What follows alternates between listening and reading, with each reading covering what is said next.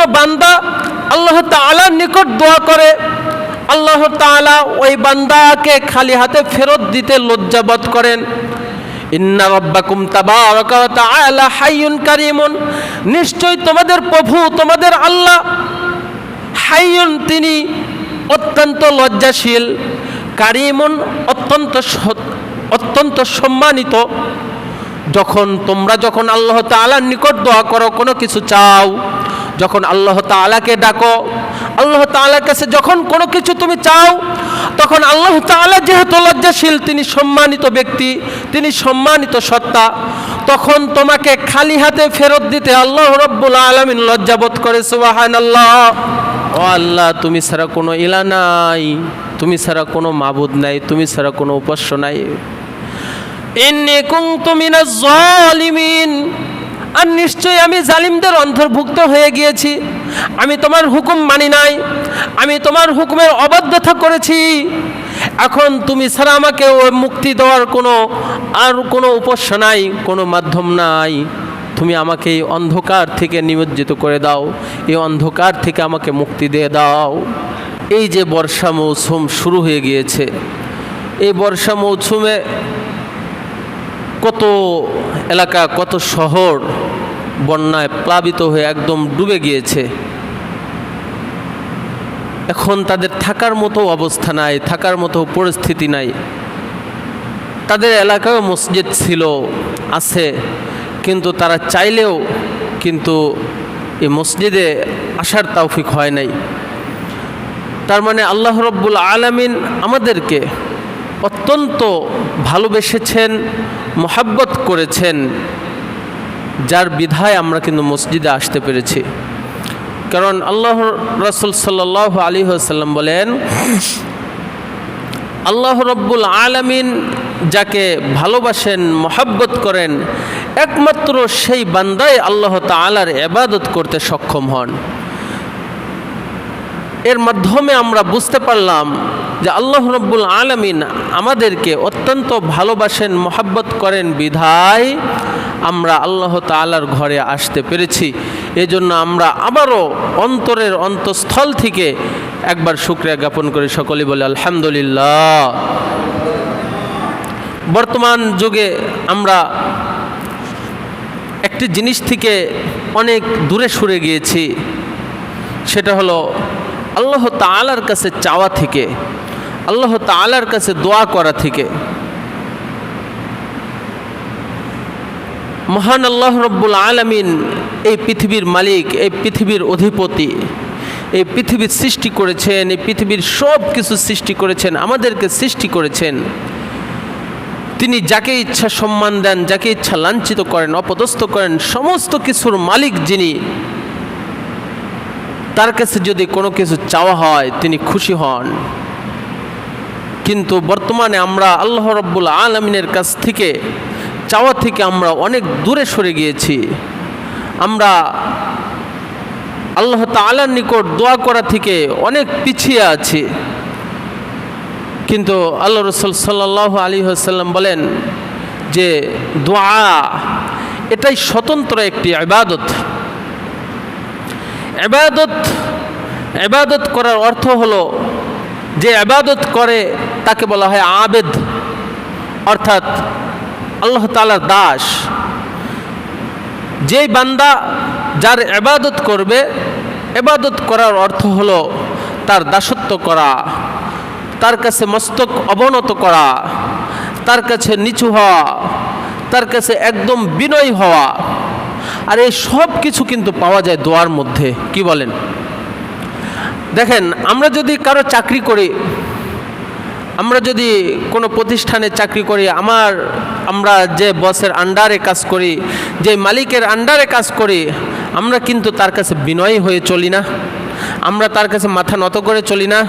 যদি আমি বেশি তেরিং বেরিং করি, হয়তোবা আমার বেতন ঠিক মতো দেবে না, অথবা আমাকে চাকরিতে রাখবে না, বিভিন্ন আমার উপর অত্যাচার করবে। এটাই তো যার কারণে কিন্তু আমরা যেই মালিকের অধীন হয়ে কাজকর্ম করি, যেই বসের অধীনে কাজকর্ম করি, আমরা কিন্তু সেই বসের অধীনে একদম অবনত হয়ে থাকি, মস্তক অবনত করে একদম বিনয় হয়ে চলি। তো এটাই ইবাদতের অর্থ। তো ইবাদতের অর্থই হলো আল্লাহ তাআলার সামনে মাথা নত করা, মাথা অবনত করা, একদম আল্লাহ তাআলার কাছে নিজের সব কিছুকে জাহির করে দেওয়া, একদম আপনার আল্লাহ তাআলার কাছে বিনয় হয়ে যাওয়া। তো এই সব কিছু পাওয়া যায় দোয়ার মাধ্যমে। এই সব কিছু কার মধ্যে পাওয়া যায়? দোয়ার মাধ্যমে। দেখবেন আমরা যখন নামাজ পড়ি, নামাজ একটা ইবাদত না? আমরা নামাজ পড়ার সময় কিন্তু এত কন্দন করি না, কান্না করি আমরা, অনেকে কান্না কিন্তু করি না। কোরআন তেলাওয়াত করা এটা একটা ইবাদত, কিন্তু কোরআন তেলাওয়াতের সময় আমরা কয়জন কান্না করি? রোজা করা এটা একটা ইবাদত, আমরা রোজা রাখার সময় আমরা কয়জন কান্না করি? করি না। হজ একটি ইবাদত, স্বয়ং হজটা, যেটা হজ বলা হয়, দোয়ার কথা বলি না, এই স্বয়ং হজ করার সময় তো আমরা কান্না করি না। আমরা দান সদকা করা এটা একটা ইবাদত, কিন্তু এই ইবাদত করার সময় কিন্তু আমরা ওইরকমভাবে কান্না করি না। কিন্তু ইবাদতের আসল অর্থই তো হলো যে আল্লাহ তাআলার কাছে কান্নাকাটি করা, আল্লাহ তাআলার কাছে অবনত হওয়া, লজ্জিত হওয়া, বিনয়ী হওয়া। এই সব কিছু পাওয়া যায় দোয়ার মাধ্যমে। কেমন? আমরা যখন আল্লাহ তাআলার কাছে দোয়া করি তখন কিন্তু আমরা একদম মস্তক অবনত করে একদম বিনয়ী হয়ে যে আল্লাহ তুমি আমাকে কিছু দাও, এটা দাও, আমরা কিন্তু কান্না করে বা একদম কান্না না করলেও বিনয়ী হয়ে কিন্তু আল্লাহ তাআলার কাছে দোয়া করি। সুতরাং আমরা জানতে পারলাম যে এই দোয়াটাই হলো ইবাদত। আল্লাহ রাসূল সাল্লাল্লাহু আলাইহি ওয়াসাল্লাম তার অগণিত হাদিসের মধ্য থেকে একটি হাদিসের মধ্যে বলেন, আদ-দুআউ হুয়াল ইবাদাহ, দোয়াই ইবাদত, স্বতন্ত্র দোয়া একটা ইবাদত। অন্য হাদিস আল্লাহ রাসূল সাল্লাল্লাহু আলাইহি ওয়াসাল্লাম বলেন যে আদ-দুআউ মুখুল ইবাদা, দোয়া হলো ইবাদতের মগজ। আপনি যত ইবাদতই করেন না কেন, আপনার শরীরে যদি অনেক জায়গায় ক্ষত বিক্ষত হয়ে যায়, আপনার কিন্তু এটা মেডিসিনের মাধ্যমে বা সহ্য করার মতো, কিন্তু আপনার মগজ যদি এলোমেলো হয়ে যায়, আপনি আর কিন্তু সাধারণ মানুষ থাকবেন না, আপনি পাগল হয়ে যাবেন। কি বলেন? তো এই দোয়াটাও হলো ইবাদতের মগজ, ইবাদতের মূল ভিত্তি হলো দোয়া। এজন্য বেশি বেশি করে দোয়া করা। আল্লাহ তাআলা সকলের দোয়াই কবুল করেন। আল্লাহ তাআলা তার বান্দাদের প্রতি অত্যন্ত দয়ালু। তিনি সকলের কথা শোনেন, তিনি সকলের কথা জানার চেষ্টা করেন। আমরা যখন আল্লাহ তাআলার কাছে কোনো কিছু চাই, আল্লাহ তাআলা আমাদের ডাকে সাড়া দেন, আল্লাহ তাআলা আমাদের কথা শোনেন। আল্লাহ তাআলা চান যে বান্দা আমাকে ডাকুক। আল্লাহ রাব্বুল আলামিন পবিত্র কোরআনে বলেন, ওয়া ইযা সাআলাকা ইবাদি আন্নী ফাইন্নী করিব উজিবু দাওয়াতাদ দাঈ ইযা দাআন। ও নবী, আপনি আপনার উম্মতদেরকে বলে দিন, যখন আপনাকে প্রশ্ন করে যে ওয়া ইযা সাআলাকা ইবাদি, যে আমাদের প্রভু কোথায়, আপনি বলে দিন যে তোমাদের প্রভু তোমাদের খুব নিকটবর্তী আছে। আন্নী ফাইন্নী করিব, একদম নিকটে। উজিবু দাওয়াতাদ দাঈ ইযা দাআন, যখন বান্দা আমাকে ডাকার মতো ডাকে, যখন আমাকে ডাকে আমি তাদের ডাকে সাড়া দিই। সুবহানাল্লাহ। তাহলে আল্লাহ রাসূল সাল্লাল্লাহু আলাইহি সাল্লামকে পবিত্র কোরআনে আল্লাহ রাব্বুল আলামিন বলতেছেন যে যখন তোমার উম্মতেরা তোমাকে আমার সম্পর্কে জিজ্ঞাসা করে, তখন তুমি বলে দিও যে আমি বান্দার এত নিকটে, এত নিকটে, যখন বান্দা আমাকে ডাকে আমি ওই বান্দার ডাকে সাড়া দিয়ে দিই। সুবহানাল্লাহ। আল্লাহ রাব্বুল আলামিন পবিত্র কোরআনের অন্যত্র বলেন, ক্বালা রাব্বুকুম উদউনি আস্তাজিব লাকুম ইন্নাল্লাযীনা ইস্তাকবিরুনা আন ইবাদাতি সায়াদখুলুনা জাহান্নামা দাখিরিন। তোমাদের প্রভু বলেন, উদউনি আস্তাজিব লাকুম, ও আমার বান্দারা তোমরা আমাকে ডাকো, আমি তোমাদের ডাকে সাড়া দেই, আমি তোমাদের ডাকে সাড়া দেব। তোমার কি সমস্যা আমাকে জানাও, আমাকে বলো। তোমার অভাব অনটন তুমি আমাকে জানাও, আমার কাছে চাও, আমি তোমার অভাব অনটনকে দূর করে দিব। তুমি অসুস্থ, তুমি আমার কাছে শেফা চাও, আমি শাফি, আমি তোমাকে শেফা দিয়ে দিব। তুমি ঋণগ্রস্ত, তুমি আমার কাছে ঋণ থেকে মুক্তি চাও, আমি রাজ্জাক, আমি তোমার রিজিকের ব্যবস্থা করে দিব, আমি তোমার ঋণ পরিশোধ করার মতো সুযোগ করে দিব, তৌফিক দিয়ে দিব। তোমার অভাব, তোমার শোক, তোমার দুঃখ, তোমার যা কিছুর প্রয়োজন তুমি আমার কাছে চাও। উদউনি, তুমি আমাকে ডাকো, আমার নিকট চাও। আস্তাজিব লাকুম, আমি তোমাদের ডাকে সাড়া দিব, অর্থাৎ তোমাদের যা কিছু প্রয়োজন আমি তোমাদের সব কিছুর ব্যবস্থা করে দেব। সুবহানাল্লাহ। وقال ربكم ادعوني استجب لكم ان الذين يستكبرون عن عبادتي سيدخلون جهنم داخرين। আর তোমরা যদি আমার ইবাদত থেকে অহংকার করে বসো তাহলে তোমরা লাঞ্ছিত হয়ে জাহান্নামের মধ্যে নিক্ষিপ্ত হবে। এই যে দেখেন, আল্লাহ রাব্বুল আলামিন প্রথমে বললেন উদউনি আস্তাজিব লাকুম, যে তোমরা আমার কাছে দোয়া করো, আমি তোমাদের দোয়াকে কবুল করব, তোমাদের ডাকে সাড়া দিব। তারপরেই বলতেছেন যে ইন্নাল্লাযীনা ইস্তাকবিরুনা আন ইবাদাতি, যে যেই বান্দা বা যেই ব্যক্তি আমার ইবাদত থেকে অহংকার করে বসবে। তাহলে এই যে এখানে প্রথমে দোয়ার কথা, তারপরে ইবাদতের কথা আনলো কি জন্য? তার মানে আল্লাহ রাব্বুল আলামিন পবিত্র কোরআনের এখানে বুঝাইতেছেন যে তোমরা যে আমাকে ডাকো, আমার নিকট দোয়া করো, এই দোয়া করাটাই হলো আমার ইবাদত। সুবহানাল্লাহ। তাহলে এই যে আমরা যে আল্লাহ তাআলার কাছে দোয়া করি, মোনাজাত করি, এই দোয়াটা কি স্বতন্ত্র একটি ইবাদত। আল্লাহ রাব্বুল আলামিন বলতেছে যে যেই বান্দা দোয়া করা থেকে মুখ ফিরে নিবে, দোয়া করবে না, অহংকার করবে, আমি তাকে লাঞ্ছিত অবস্থায় জাহান্নামের মধ্যে নিক্ষেপ করে দিব। এই জন্য প্রিয় ভাইয়েরা আমার, আমরা অনেক সময় আমরা নামাজ পড়ে খালি কেমন যেন আমার মনের মধ্যে ছটফট করতে থাকে, কখন হুজুর সালাম ফিরাবে। কি বলেন? আমার মনের মধ্যে আমার তো এমনই মনে হয়। আমি বেশ কিছুদিন যাবৎ লক্ষ্য করতেছি যে সালাম ফিরাইতে দেরি, উঠে দৌড়। ভাই গরম তো আমারও লাগে, আমার গরম লাগে না? মোটামুটি এখানে আপনারা যতজন আছেন মনে হয় সবার চাইতে আমিই মোটা মানুষ, তাহলে আপনাদের চাইতে আমার গরম বেশি না বলেন? তো আমি তো আরও সামনে দাঁড়াই, মনে করেন যে হুজুরে একদম মাথার উপর ফ্যান, ওই ফ্যানের বাতাস বসলে পরে আর বাতাসটা লাগে না, কারণ বাতাসটা সাইড হয়ে চলে যায়। দেখেন আমি অনেক ঘামিও, তো আমি তো দৌড়াই না। তো কমপক্ষে মোনাজাতটা সুন্দরভাবে করে তারপরে গেলে নিজের মধ্যে একটা স্বস্তি বোধ করে যে আমি নামাজ পড়লাম। নামাজের পর আমি বলতেছি না যে নামাজের পর মোনাজাত করা আবশ্যক কোনো কিছু না, কিন্তু স্বতন্ত্র দোয়াটা কিন্তু একটা ইবাদত। তো আমি যদি এই নামাজ পড়ি সালাম ফিরাই উঠে দৌড় মারি, তাহলে কিন্তু যে কেউ ভাববে যে ওনার কত তাড়া, কত নামাজের মধ্যে, তার মানে তার মধ্যে ছটফট করছে কখন সালাম ফিরাবে। কি বলেন? বিষয়টা তো এমনই। তো এমনটা না করা, আমরা ধীরস্থিরভাবে, আল্লাহ রাব্বুল আলামিন সূরা মুমিনের মধ্যে বলেন কাদ আফলাহাল মুমিনুন, মুমিনরা সফল কাম কারা? আল্লাযীনা হুম ফি সালাতিহিম খাশিউন, যারা খুশু খুজুর সহিত নামাজ আদায় করে। কিসের সহিত নামাজ আদায় করে? খুশু খুজুর সহিত। শুধু নামাজ আদায় করলে সে কিন্তু মুমিন না, খুশু খুজুর সহিত একদম বিনয়ের সাথে, কোনো তাড়াহুড়া নাই।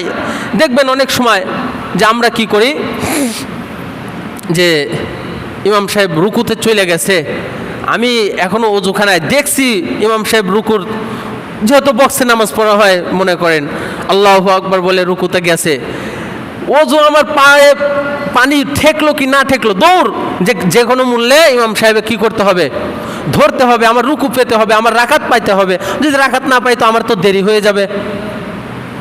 তো আপনি দৌড়ায় এসে কোনো মতো আপনি রুকু পায়ে গেলেন, ঠিক আছে, নামাজ পায়ে গেলেন, কিন্তু এখানে কি আপনার বিনয়ী প্রকাশ পেল বলেন? এই যে আপনি তাড়াহুড়া করে দৌড়ায় এসে যে নামাজে দাঁড়াইলেন, কেমনটা হলো? যে আপনি দৌড়া আসার কারণে ওটার বুকের ভিতরে ধরপড় করতেছে। আপনি আল্লাহু আকবার প্রথমে তাকবীরে তাহরিমা বলা, এটা কিন্তু ফরজ। তাকবীরে তাহরিমা বলা, প্রথম তাকবীরটা যে বলা, যে আল্লাহু আকবার বলে হাত উঠে যে হাত বাঁধা, এই প্রথম তাকবীরটা কিন্তু ফরজ। এই প্রথম তাকবীর যদি কেউ না বলে নামাজ হবেই না। তো আপনি যে আইসা হুড়মুড় করে আর কি রুকুতে চলে গেলেন, যে হয়তোবা আপনি রাকাতটা পেয়ে গেলেন, হতে তো পারে যে আপনার নামাজটাই হলো না। তাহলে আমার তাড়াহুড়া করার তো দরকার নেই। এক রাকাত আমি না পাইলাম, আমি যেহেতু বাড়ি থেকে বের হয়েছি, প্রয়োজন আমি 5 মিনিট আগে বের হব, বা অনেক সময় যে কোনো কাজে কর্মে দেরি হয়ে যায়, সমস্যা নাই। দেরি হয়ে গেলেও ইমাম সাহেবের যদি আমি কমপক্ষে জামাতে শেষ তাশাহুদেও যদি পেয়ে যাই, আমি জামাতের সব পেয়ে যাব, জামাতের ফজিলত পেয়ে যাব। তাহলে কেন আমার তাড়াহুড়া করে আইসা আমার রুকুতে ইমাম সাহেব ধরতেই হবে? তাহলে এই যে কদ আফলাহাল মুমিনুন আল্লাযীনা হুম ফি সালাতিহিম খাশিউন, এই যে খুশুখুজুর সহিত বুইনের সহিত আমার নামাজটা হইল না। ঠিক তেমনিভাবে আমি যখন নামাজ শেষ করেই 1 মিনিটও না বসে 1 সেকেন্ডও না বসেই আমি যখন উঠে দৌড় মারতেছি পিছনে, তখনও তো আমার এই নামাজের মধ্যে আমার বিনয় প্রকাশ পেল না। বলেন, আপনারা বলেন, এর মধ্যে বিনয় প্রকাশ পেল? বলেন। এজন্য প্রিয় ভাইয়ের আমার, আপনারা আমার ভাই, আপনারা আমার বাবা, আমার চাচা, আপনারাও আমাকে মহাব্বত করেন, আমিও আপনাদেরকে মহাব্বত করি। এজন্য নামাজের মধ্যে বিনয়ী হওয়া। তো যেটা বলতেছিলাম, আল্লাহ রাব্বুল আলামিন বলেন উদউনি আস্তাজিব লাকুম, যে তোমরা আমার নিকট দোয়া করো, আমার নিকট চাও, আমি তোমাদের ডাকে সাড়া দিব। আর যদি অহংকার করো আমার ইবাদত থেকে, আমার নিকট যদি দোয়া না করো, আমার নিকট যদি না চাও, ইন্নাল্লাযীনা ইস্তাকবিরুনা আন ইবাদাতি, যদি আমার ইবাদত থেকে যদি অহংকার করে মুখ ফিরিয়ে নাও, সায়াদখুলুনা জাহান্নামা দাখিরিন, তাহলে তুমি লাঞ্ছিত অবস্থায় জাহান্নামের মধ্যে প্রবেশ করবে। আল্লাহ রাসূল সাল্লাল্লাহু আলাইহি ওয়াসাল্লাম বলেন, ইন্না রাব্বাকুম তাবারাকা ওয়া তাআলা হাইয়ুন কারীমুন ইস্তাহি মিন আবদিহি ইযা রাফা ইয়াদাইহি ইলাইহি আন ইয়ারুদ্দাহুমা সিফরান খাইবাতাইন। আল্লাহ রাসূল সাল্লাল্লাহু আলাইহি ওয়াসাল্লাম বলেন, যখন কোন বান্দা আল্লাহ তাআলার নিকট দোয়া করে, আল্লাহ তাআলা ওই বান্দাকে খালি হাতে ফেরত দিতে লজ্জাবোধ করেন। ইন্না রাব্বাকুম তাবারাকা ওয়া তাআলা হাইয়ুন কারীমুন, নিশ্চয় তোমাদের প্রভু, তোমাদের আল্লাহ হাইয়ুন, তিনি অত্যন্ত লজ্জাশীল, কারীমুন অত্যন্ত সম্মানিত। যখন আল্লাহ তাআলার নিকট দোয়া করো, কোনো কিছু চাও, যখন আল্লাহ তাআলাকে ডাকো, আল্লাহ তাআলার কাছে যখন কোনো কিছু তুমি চাও, তখন আল্লাহ তাআলা যেহেতু লজ্জাশীল, তিনি সম্মানিত ব্যক্তি, তিনি সম্মানিত সত্তা, তখন তোমাকে খালি হাতে ফেরত দিতে আল্লাহ রাব্বুল আলামিন লজ্জাবোধ করে। সুবহানাল্লাহ।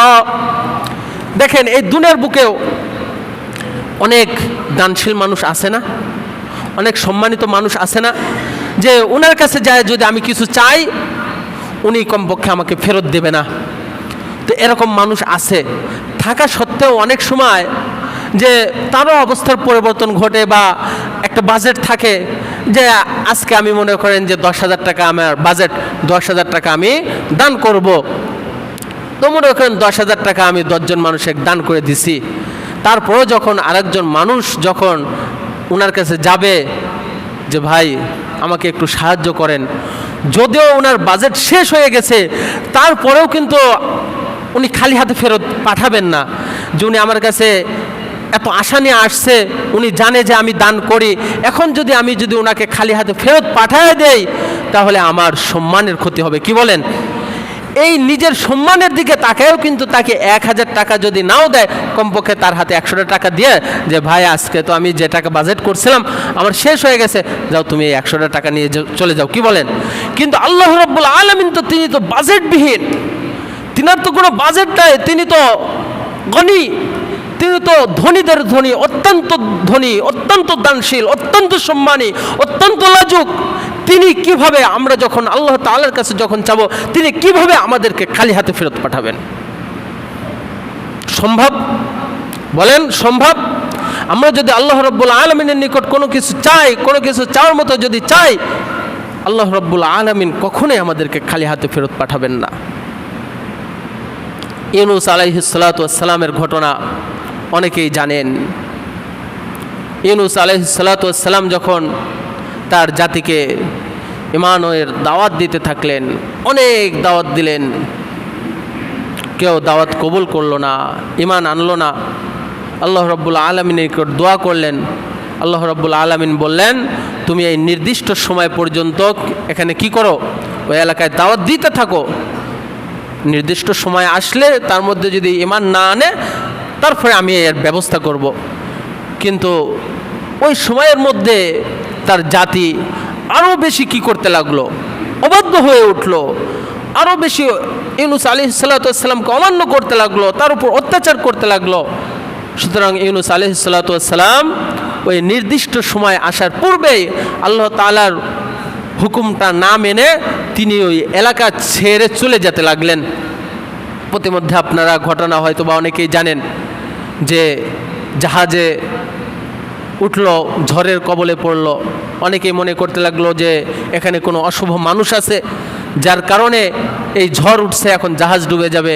লটারি করা হলো, লটারির মাধ্যমে ইউনূস আলাইহিসসালামের নাম উঠল। নাম উঠার পরে ইউনূস আলাইহিসসালামকে জাহাজ থেকে সাগরে নিক্ষেপ করা হলো। ইউনূস আলাইহিসসালামকে বিশাল একটি মাছ গ্রাস করে ফেললো, গিলে ফেললো, আস্ত মানুষ। কিন্তু তিনি তখনও জীবিত, নিরুপায়। আল্লাহ তাআলার নবী ইউনূস আলাইহিসসালাম তিনি 3টি অন্ধকারের মধ্যে নিমজ্জিত হয়ে গেলেন। কয়টি অন্ধকারে? 3টি অন্ধকারের মধ্যে নিমজ্জিত হয়ে গেলেন। 1, মাছের পেটের অন্ধকার। 2, সাগরের বুকের অন্ধকার। পানির নিচে কি আলো আছে মনে হয় না? অন্ধকার না? তাহলে মাঠের পেটের নিচের অন্ধকার, সাগরের নিচে, পানির নিচের অন্ধকার, এবং সেই রাতটাও ছিল আর কি অমাবস্যার রাত না কি বলে না, অন্ধকার রাত। তাহলে 3টি অন্ধকারের মধ্যে নিমজ্জিত হয়ে গেলেন হযরত ইউনূস আলাইহিসসালাম। তিনি আর কোনো উপায় পাইলেন না, আল্লাহ রাব্বুল আলামিনের নিকট দোয়া করতে থাকলেন। দোয়া করতে করতে এক পর্যায়ে তিনি দোয়া করে ফেললেন, লা ইলাহা ইল্লা আনতা সুবহানাকা ইন্নী কুনতু মিনাজ জালিমিন। ও আল্লাহ, তুমি ছাড়া কোনো ইলাহ নাই, তুমি ছাড়া কোনো মাবুদ নাই, তুমি ছাড়া কোনো উপাস্য নাই। ইন্নী কুনতু মিনাজ জালিমিন, আর নিশ্চয়ই আমি জালিমদের অন্তর্ভুক্ত হয়ে গিয়েছি। আমি তোমার হুকুম মানি নাই, আমি তোমার হুকুমের অবাধ্যতা করেছি। এখন তুমি ছাড়া আমাকে মুক্তি দেওয়ার কোনো উপাস্য নাই, কোনো মাধ্যম নাই। তুমি আমাকে এই অন্ধকার থেকে নিমজ্জিত করে দাও, এই অন্ধকার থেকে আমাকে মুক্তি দিয়ে দাও। আল্লাহ রাব্বুল আলামিন হযরত ইউনূস আলাইহিসসালামকে মুক্তি দিয়েছেন না? একদম সমুদ্রের কিনারে গিয়ে ওই মাছটা আবার ইউনূস আলাইহিসসালামকে অক্ষত অবস্থায় বের করে দিয়েছেন। সুবহানাল্লাহ। কিসের মাধ্যমে ভাই?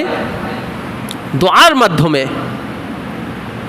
ইউনূস আলাইহিসসালাম দোয়া করেছেন বিধায় ইউনূস আলাইহিসসালামকে আল্লাহ রাব্বুল আলামিন মাছের পেট, সমুদ্রের অন্ধকার এবং রাত্রির অন্ধকার থেকে আল্লাহ রাব্বুল আলামিন মুক্তি দিয়ে দিয়েছেন। তো আল্লাহ রাব্বুল আলামিন যদি ইউনূস আলাইহিসসালামকে দোয়ার মাধ্যমে যদি মুক্তি দিয়ে থাকেন, সেই প্রভু এখনও আছেন, সেই আল্লাহ রাব্বুল আলামিন এখনও আছেন, তাহলে আল্লাহ রাব্বুল আলামিন আমাদের দোয়াকে কেন কবুল করবেন না? আল্লাহ রাসূল সাল্লাল্লাহু আলাইহি ওয়াসাল্লাম বলেন যে আল্লাহ রাব্বুল আলামিন তোমাদের জন্য আল্লাহ তাআলার দরজা খুলে দিয়েছেন।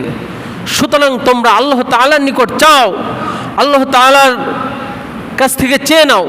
যদি তোমরা না চাও, তাহলে আল্লাহ রাব্বুল আলামিন তোমাদের উপর রাগান্বিত হবেন। আল্লাহ রাসূল সাল্লাল্লাহু আলাইহি ওয়াসাল্লাম অপর এক হাদিসে বলেন যে মাল্লাম ইয়াসআলিল্লাহ ইয়াগদাব আলাই,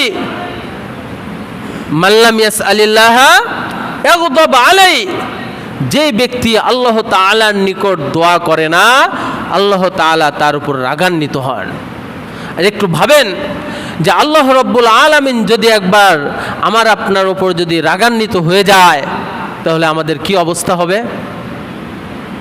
মনে করেন আপনার দোকানের একজন কর্মচারী ওই দোকানের কর্মচারীর উপর যদি একবার দোকানদার যদি রাগ হয়ে যায়, তার উপর যদি কোনো ক্ষোভ থাকে, তাহলে ওই কর্মচারী আর ওই দোকানে কাজ করা সম্ভব?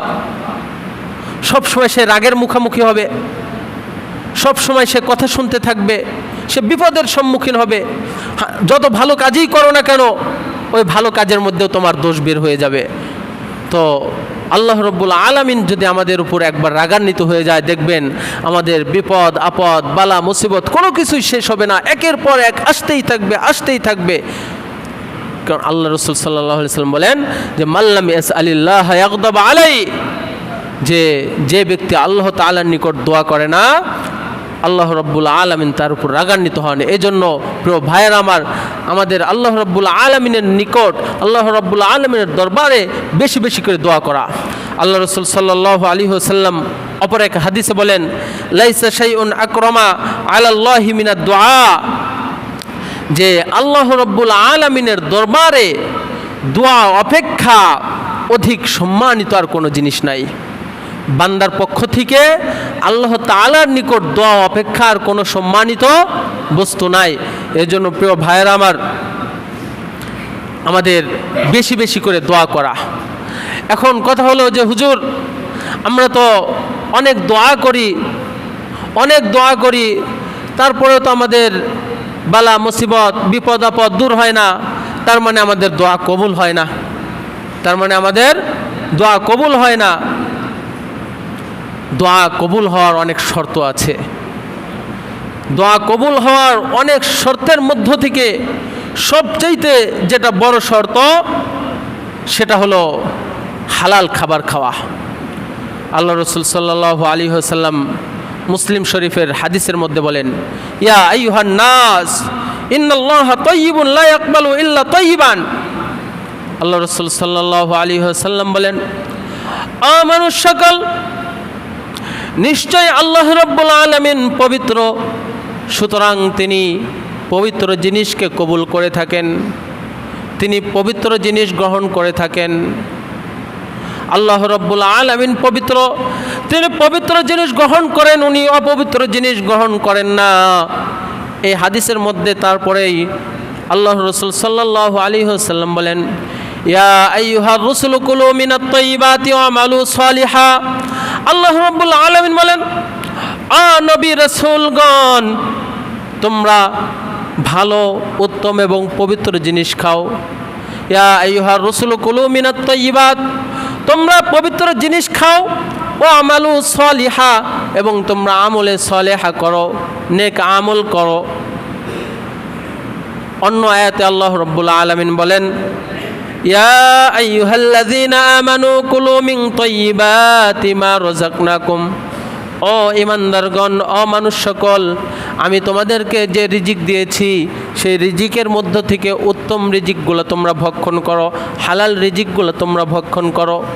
আল্লাহ রসুল সাল্লাল্লাহু আলাইহি ওয়াসাল্লাম এই দুইটি আয়াত এই হাদিসের মধ্যে এনে তারপরে বলেন যে আল্লাহ রব্বুল আলামিন যেইভাবে নবী রাসূলগণকে হালাল খাবার খাওয়ার জন্য নির্দেশ দিয়েছেন, হালাল রুজি খাওয়ার জন্য যেইভাবে নির্দেশ দিয়েছেন, ঠিক তেমনইভাবে মুমিন মুসলমান ঈমানদারদেরকেও হালাল খাবার খাওয়ার জন্য নির্দেশ দিয়েছেন।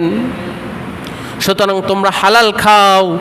যদি তোমরা হালাল না খেয়ে যদি হারাম খাবার খাও, আর হারাম খাবার খাওয়ার পরে তুমি যতই আল্লাহ রব্বুল আলামিনের নিকট দোয়া করো না কেন, যতই আল্লাহ তাআলার দরবারে ইবাদত করো না কেন, তোমার কোনো দোয়া কোনো ইবাদত কখনোই কবুল হবে না। তাহলে দোয়া কবুল হওয়ার পূর্ব শর্তের মধ্য থেকে সবচাইতে গুরুত্বপূর্ণ এবং সবচাইতে অধিকতর গুরুত্বপূর্ণ শর্ত হলো হালাল খাবার খাওয়া। যদি হালাল খাবার যদি না খায়, তুমি যতই টুপি মাথায় দাও না কেন, যতই ইবাদত করো না কেন, যতই নামাজ পড়ো না কেন, যতই তুমি আল্লাহ তাআলার নিকট দোয়া করো না কেন, তোমার দোয়া কখনোই কবুল হবে না। কারণ আল্লাহ রাব্বুল আলামিন নির্দেশ দিয়েছেন, শুধু এই নির্দেশ মানুষদেরকে দেন নাই, বরং নবীদের পর্যন্ত এই নির্দেশ দিয়েছেন যে ইয়া আইয়ুহার রাসূল, হে রাসূলগণ, কুলু মিনাত তাইয়্যিবাত, যে তোমরা উত্তম রিজিক খাও, তোমরা পবিত্র জিনিস খাও, ও আমালু সালিহা, এবং তোমরা আমলে সালিহা করো। অন্য আয়াতে বলেন ইয়া আইয়ুহাল্লাযীনা আমানু কুলু মিন তাইয়্যিবাতি মা রাযাকনাকুম, এই দুনিয়ার বুকে আমি রিজিকের অভাব রাখি নাই, কিন্তু তোমরা এই রিজিকের মধ্য থেকে হারাম রিজিক তোমরা ভক্ষণ করিও না, বরং তোমরা কুলু মিনাত তাইয়্যিবাত, তোমরা উত্তম রিজিক, হালাল রিজিক তোমরা ভক্ষণ করো। এই জন্য প্রিয় ভাইয়েরা আমার, আমরা যারা হালাল রিজিক খেতে পারি না, অনেকেই যে কোনো মাধ্যমে, আমি ওই বিষয়ে আলোচনা করব না, অনেকেই অনেক মাধ্যমে আমরা হারাম জিনিস খাই। জিনিস হালাল, ভাত এটা তো আর হারাম না, গরুর গোশত তো আর হারাম না, সব হালাল, কিন্তু আমার উপার্জন হারাম, আমার উপার্জন হারাম। তা আমার উপার্জন হারাম, আমার হারাম উপার্জন দিয়ে যা কিছুই ক্রয় করে খাই না কেন, সেই জিনিসটা হালাল হবে না হারাম হবে? অবশ্যই হারাম হবে। তাহলে আমরা হালাল জিনিসকে আমরা যদি হারাম করে খাই, তাহলে আমার ওই গরুর গোশত খাওয়া আর আপনার যে সরাসরি আল্লাহ রাব্বুল আলামিন শুকরের গোশতকে হারাম করে দিয়েছেন, তাহলে ওই শুকরের গোশত খাওয়া আর আমার হারাম টাকা দিয়ে ওই হালাল জিনিস ক্রয় করে খাওয়া একই জিনিস। আল্লাহ রাব্বুল আলামিন আমার আপনার ইবাদত কবুল করবেন না। এখন হুজুর আমার খাবারও হালাল, আমার পোশাক হালাল, আমার ইনকাম হালাল, তারপরেও তো আমার দোয়া কবুল হচ্ছে না। ও ভাইয়েরা আমার, তোমার দোয়া কবুল হচ্ছে না, হয়তোবা সাময়িকভাবে তোমার দোয়াকে কবুল হচ্ছে না, কিন্তু এই দোয়ার মাধ্যমে হয়তোবা যে বিপদ ঘটে গিয়েছে সেটার কোনো হল হচ্ছে না, সেটার কোনো সমাধান পাচ্ছ না, কিন্তু এই দোয়ার মাধ্যমে তোমার আগাম কোনো বিপদ থেকে আল্লাহ রাব্বুল আলামিন তোমাকে মুক্ত করে রেখেছেন। সুবহানাল্লাহ। তুমি দোয়া করেছো, হয়তোবা কোনো বিপদ তোমার উপর অর্পিত হতে লাগতেছিল, কিন্তু তোমার দোয়া করার কারণে তোমার সেই অর্পিত বিপদটা আগেই কেটে গিয়েছে। সুবহানাল্লাহ বলবেন না? শুধু তাই নয়, হয়তোবা এই দুনিয়ার বুকে তোমার দোয়া কবুল হচ্ছে না, হ্যাঁ দোয়া কবুল হচ্ছে। আল্লাহ রাব্বুল আলামিন তোমাকে আরও বেশি ভালোবাসেন, আরও বেশি মহব্বত করেন, যার কারণে কাল কিয়ামতের দিন এই দোয়ার পরিবর্তে বিশাল পাহাড় সওয়াবের তোমার জন্য ব্যবস্থা করে রেখে দিয়েছে। বান্দা কাল কিয়ামতের দিন বলবে, আল্লাহ, বিশাল সওয়াবের পাহাড় দেখে বান্দারা বলবে, আল্লাহ, আমি তো এমন কোনো ইবাদত করি নাই, আমি তো এত ভালো মানুষ ছিলাম না, আমার তো এত অধিক সওয়াব পাওয়ার কোনো কথা ছিল না, তারপরেও আমার এত সওয়াব, এত নেকি কিভাবে? অবাক হয়ে যাবে, বলবে, ও বান্দা, তুমি আমার কাছে রিজিক চাইছিলা, আমি তো তোমাকে দুনিয়াতে ওইভাবে রিজিক দিতে পারি নাই বা দেই নাই, কিন্তু তোমার জন্য আজ আমি এই যে রিজিক রেখে দিয়েছি। দোয়ার মাধ্যমে ভাগ্য পরিবর্তন হয়ে যায়। একমাত্র ভাগ্য পরিবর্তন যে হয় মানুষের, এটা একমাত্র দোয়ার মাধ্যমে, অন্য কোনো মাধ্যমে মানুষের ভাগ্য কখনো পরিবর্তন হয় না। একটা যদিও গল্প বা ঘটনা, আগের যুগের, সত্য মিথ্যা জানি না, কিন্তু ঘটনাটা এমন যে এক বুজুর্গের নিকট একজন ব্যক্তি বলছে যে, হুজুর, আমার তো বাচ্চা হয় না, একটু আমার জন্য দোয়া করেন। ওই বুজুর্গ ছিল আর কি মুজিবুদ দাওয়াত, আর কি উনি দোয়া করলে দোয়া কবুল হইতো। উনি যুবকের জন্য দোয়া করলেন, তারপরেও যুবকের বাচ্চা হয় না। তো পরে বুজুর্গের কাছে গেল যে, হুজুর, আমার তো এখনও বাচ্চা হলো না। পরে বলে, আমি দোয়া করলে তো দোয়া কবুল হয়, বাচ্চা তো হওয়ার কথা, তার মানে তোমার বাজেটে তোমার বাচ্চা নাই, যার কারণে তোমার বাচ্চা হয় নাই। কিন্তু ওই যুবক, তিনি আল্লাহ তাআলার নিকট অনবরত দোয়া করতেই আছেন, আল্লাহ, তুমি আমাকে একটা সন্তান দিয়ে দাও। তারপর হঠাৎ একদিন দেখে তার স্ত্রীর গর্ভে সন্তান হওয়ার পর সন্তানকে নিয়ে বুজুর্গের সামনে উপস্থিত, যে হুজুর, আপনি তো বলেছিলেন যে আমার বাজেটে সন্তান নাই, এই যে দেখেন আমার এবং আমার স্ত্রীর মাধ্যমে আল্লাহ রাব্বুল আলামিন আমাকে সন্তান দিয়েছেন। বুজুর্গ বলে, তুমি কি কারণে সন্তান পেয়েছো? কয়, আমি তো আল্লাহ তাআলার নিকট অনেক দোয়া করেছি। বুজুর্গ বলেন, তোমার দোয়া করার কারণে তোমার বাজেটে ছিল না, কিন্তু আল্লাহ রাব্বুল আলামিনের নিকট তুমি চাওয়ার কারণে আল্লাহ তাআলা তিনি লজ্জাশীল হয়ে তোমাকে আর আল্লাহ রাব্বুল আলামিন ফেরত দিতে পারেন নাই। আল্লাহ রাব্বুল আলামিন তোমাকে ওই সন্তানটা তোমাকে নতুনভাবে বাজেট করে দিয়েছে। সুবহানাল্লাহ। এই জন্য প্রিয় ভাইয়েরা আমার, আমরা যে কোনো বিষয়ে আমরা আল্লাহ তাআলার নিকট দোয়া করব। দোয়ার বিকল্প কোনো কিছু নাই। দোয়া করতে হবে, আল্লাহ তাআলার নিকট চাইতে হবে। চাওয়ার মতো চাইলে আল্লাহ রাব্বুল আলামিন আমাদেরকে কখনো ফেরত পাঠাবেন না। আল্লাহ রাব্বুল আলামিন আমাকে সহ আপনাদের সকলকে যে কোনো বিষয়ে যত বিপদ হোক, যত আপদ হোক, সর্বপ্রথম আল্লাহ তাআলার নিকট দোয়া করা।